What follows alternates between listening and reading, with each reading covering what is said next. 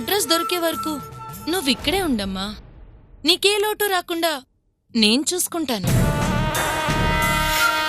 ఈ కోటిన్నరలో నా కోడలు ఎక్కడో ఉంది.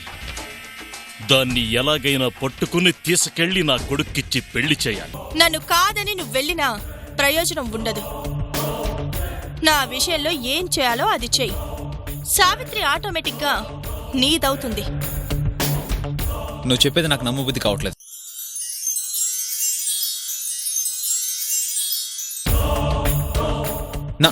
నాతోనే అలా ప్రవర్తించిందంటే నీతో ఎలా ప్రవర్తిస్తుందో నేను ఊహించుకోగలను. అవునా? నీతో ఎలా బిహేవ్ చేసిందో చూసావు, నాతో ఎలా బిహేవ్ చేస్తుందో చూస్తావా?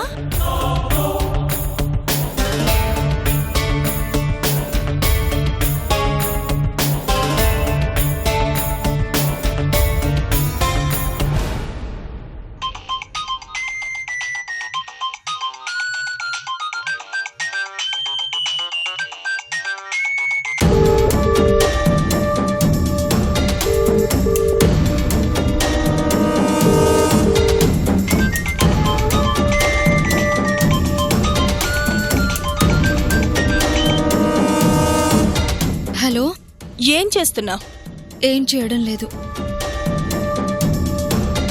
అలా ఏం చేయకుండా ఉంటే ఎలా? నేను చెప్పిన ప్రకారం ఏదో ఒకటి చేస్తూ ఉండాలి కదా.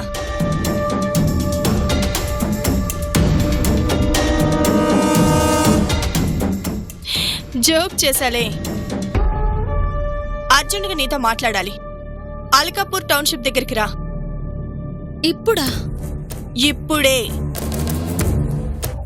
అంత దూరం రావాలి అంటే ఏంటి ఆలోచిస్తున్నావు? రావా? వస్తాను, కానీ ఇప్పటికిప్పుడు అంటే అక్కడికి రావడానికి కనీసం అరగంట పడుతుంది. నీకోసం అరగంట వెయిట్ చేసే ఓపిక నాకు లేదు. 15 నిమిషాల్లో నువ్వక్కడుండాలి, లేదంటే నాకు కోపం వస్తుంది. వస్తాను.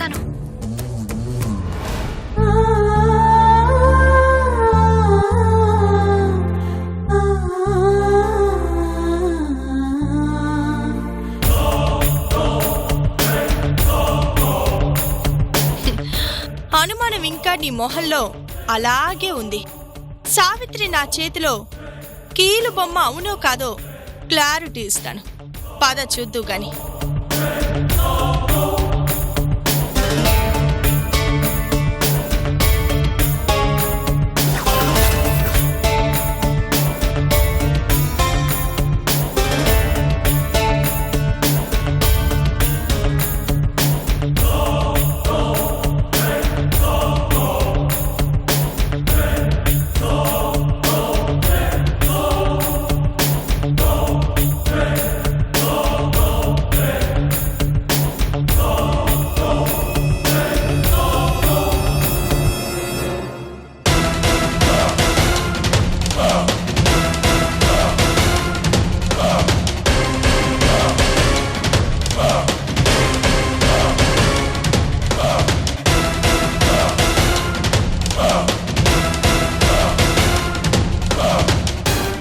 చూసావా, చెప్పిన టైం కన్నా ముందే వచ్చేసింది.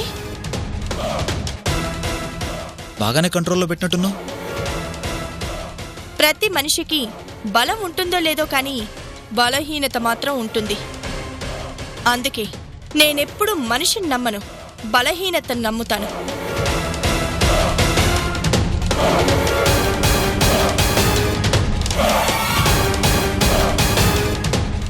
నువ్విక్కడే ఉండు, మాట్లాడొచ్చేస్తాను.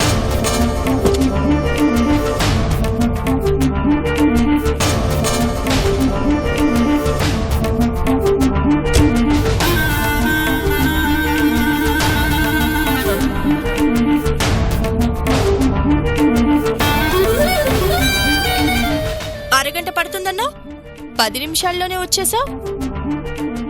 అర్జెంటుగా మాట్లాడాలన్నావుగా. నీ సిన్సియారిటీ చూస్తే ముచ్చటేస్తుంది సావిత్రి.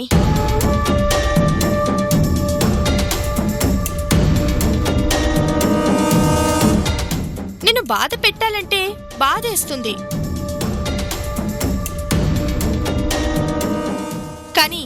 నువ్వు బాధపడకూడదు అంటే నేను బాధపడాలిగా. అందుకే తప్పడం లేదు. ఓకే, నిన్ను రమ్మనడానికి కారణం ఏంటంటే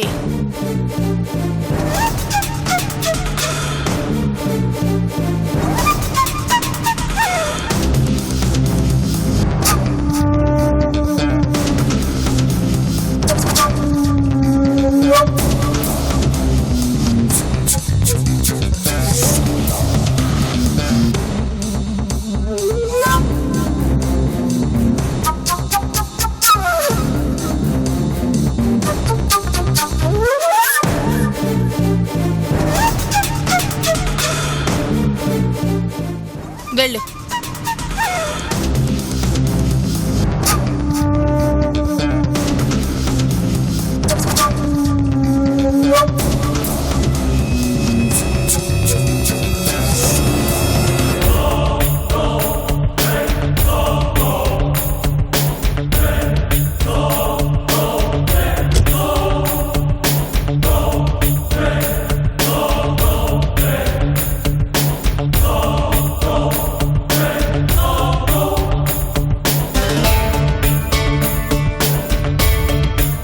ఏంటి, ఏం అర్థం కావడం లేదా? తన జీవితంతో ఆడుకున్న నా ముందు అంత వినయంగా చెప్పింది వింటుందేంటా అనుకుంటున్నావు కదూ? ఏం చేసావు తన్ని? బలహీనత నా బలమైనప్పుడు అలా వినాల్సిందే. ఎదురు మాట్లాడే అవకాశం ఉండదు. సావిత్రిని అంత కంట్రోల్లో పెట్టడం అంటే మాటలు కాదా? పెట్టానుగా. నీకు తనని ఎగ్జాంపుల్గా చూపించింది ఊర్మిళ టార్గెట్ చేస్తే అలా ఉంటుందని చూపించటానికి. నువ్వది అర్థం చేసుకొని నా మాట విన్నావు అంటే ఈరోజు నిన్ను అసహించుకున్న అదే సావిత్రి ఈసారి ప్రేమగా చూడకపోయినా గౌరవంగా మాట్లాడుతుంది. తను అలా మాట్లాడేలా చేయగలిగితే చాలు. మిగిలిన విషయాలు నేను చూసుకుంటాను. నువ్వేమి చూడొద్దు. నేను చెప్పింది చెప్పినట్టు ఫాలో అవ్వు చాలు. Okay, done. నువ్వు చెప్పినట్లే చేస్తాను.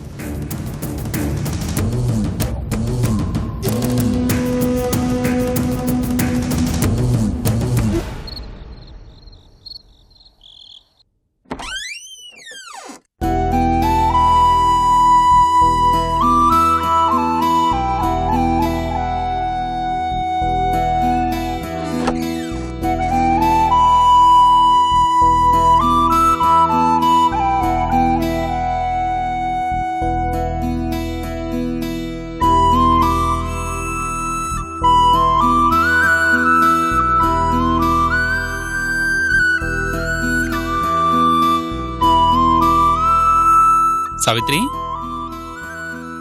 ఏంటి అప్పుడే పడుకున్నావు? రా, భోంచేద్దాం. నేను భోంచేశానండి. ఓ, భోంచేసావా?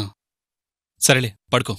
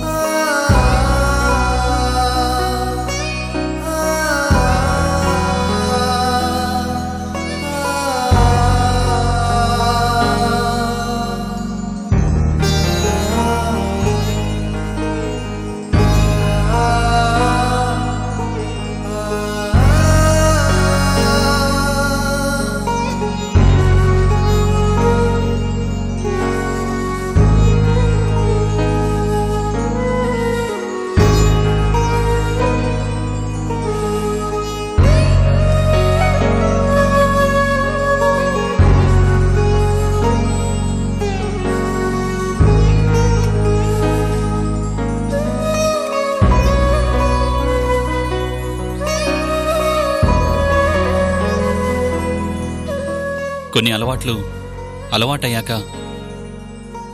మర్చిపోవడం కష్టంగా ఉంటుంది. అలవాటు వ్యసనంగా మారేలా చేసి ఈరోజు నీ అలవాటు మార్చుకుంటే ఎలా సావిత్రి?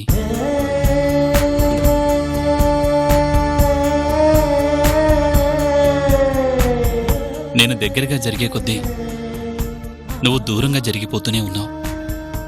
కానీ ఇష్టం దూరం అయ్యే కొద్దీ పెరుగుతుందే కానీ తగ్గదు.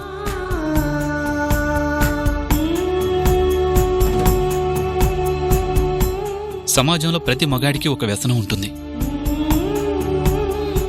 అది తాగుడు కావచ్చు, జూదం కావచ్చు, చివరికి అమ్మాయిలు కావచ్చు. ఈ వ్యసనాలున్న ప్రతి ఒక్కరికి భార్య కూడా ఉంటుంది. కానీ వాళ్ళకి భర్త వ్యసనాల మీద ద్వేషం కన్నా భర్త మీద ప్రేమే ఎక్కువ ఉంటుంది. అందుకేనేమో ఏ భార్య భర్తకి దూరం కాలేదు.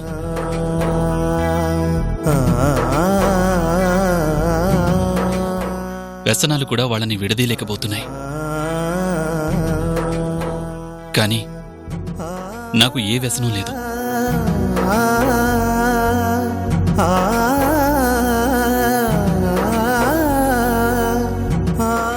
నువ్వు మాత్రం నాకు దూరం కావాలని చూస్తున్నావు.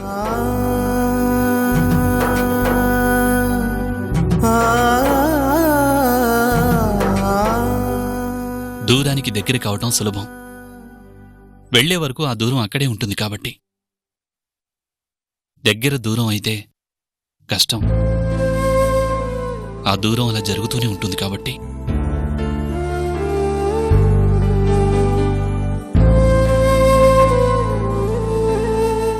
అందరిలాగే నాకు ఒక వ్యసనం ఉంది సావిత్రి.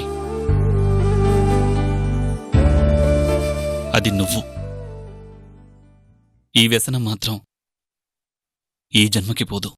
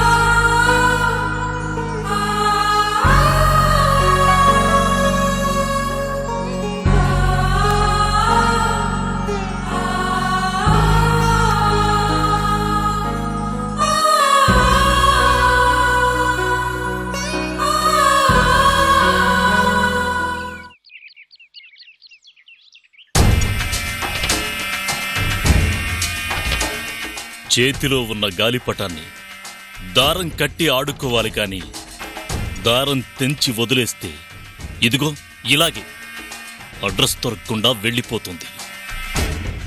అయినా దానికిక్కడ ఎవరున్నారనొచ్చింది.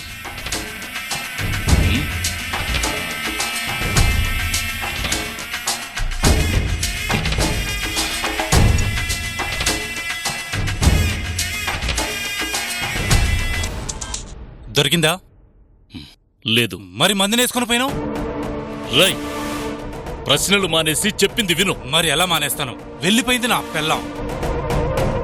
దాని ఒంటి మీద నా చేయి పడకముందే దాని పాటిగా తిరుగుతుంటే నలుగురు నా గురించి ఏమనుకుంటారు? అలా అనుకోకూడదనేగా విషయం బయటికి తిరిగి ముందే దాన్ని పట్టుకురావాలని నేనొచ్చింది. నీ వల్ల కాదంటే చెప్పు, దాని సంగతి నేను చూసుకుంటాను. రై, చెప్పింది చెయ్యి చాలు. అది ఇంత దూరం హైదరాబాద్ వచ్చిందంటే ఇక్కడ ఎవరి కోసమో వచ్చింది. నీ అమ్మ బంధువులు ఇక్కడ కొంతమంది ఉన్నారు. వాళ్లలో ఎవరి దగ్గరకు వచ్చుంటుంది. అదే నిజమైతే నీ పెళ్ళం ఇప్పుడు నా చేతిలో చచ్చిందే. రై, చంపుతావా? మరి నందిని గురించి తెలిసేదనా? రై, అప్పుడప్పుడు కాస్త బుర్రవాడాలరా. మంచిగా మీ అమ్మతో మాట్లాడి వాళ్ళ వివరాలు సంపాదించు. మిగిలిన విషయం నేను చూసుకుంటాను. అర్థమైందా? సర్లే, కనుక్కొని నేనే ఫోన్ చేస్తాను.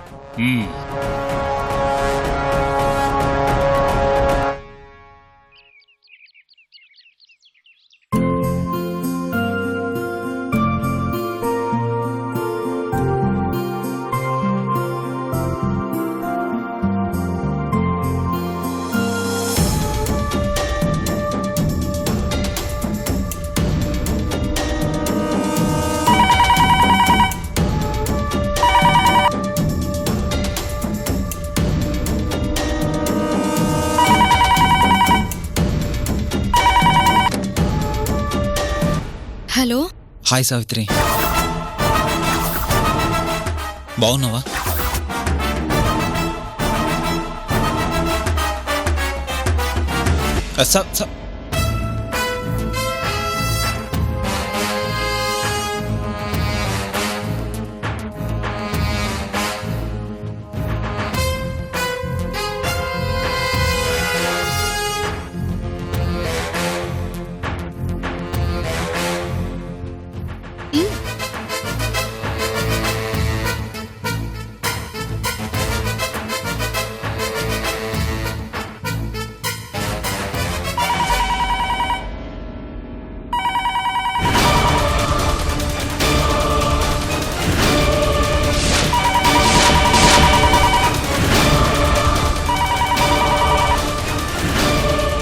హలో. సత్య. హలో. హలో. హలో. ఎవరండి మాట్లాడరే? హలో. ఎవరండి? హలో.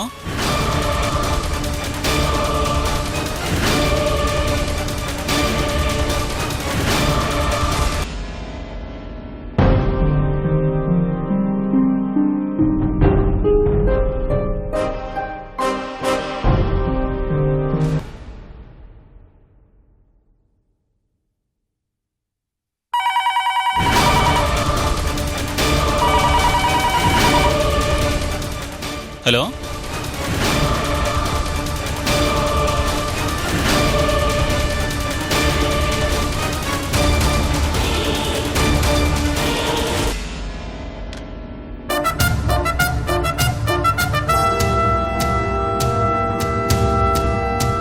సత్య మనసులో అనుమానం అనే చిన్న విత్తనం నాటాను. అది మహావృక్షంలా ఆటోమేటిక్గా అవుతుంది. నా కల నిజం అవుతుంది.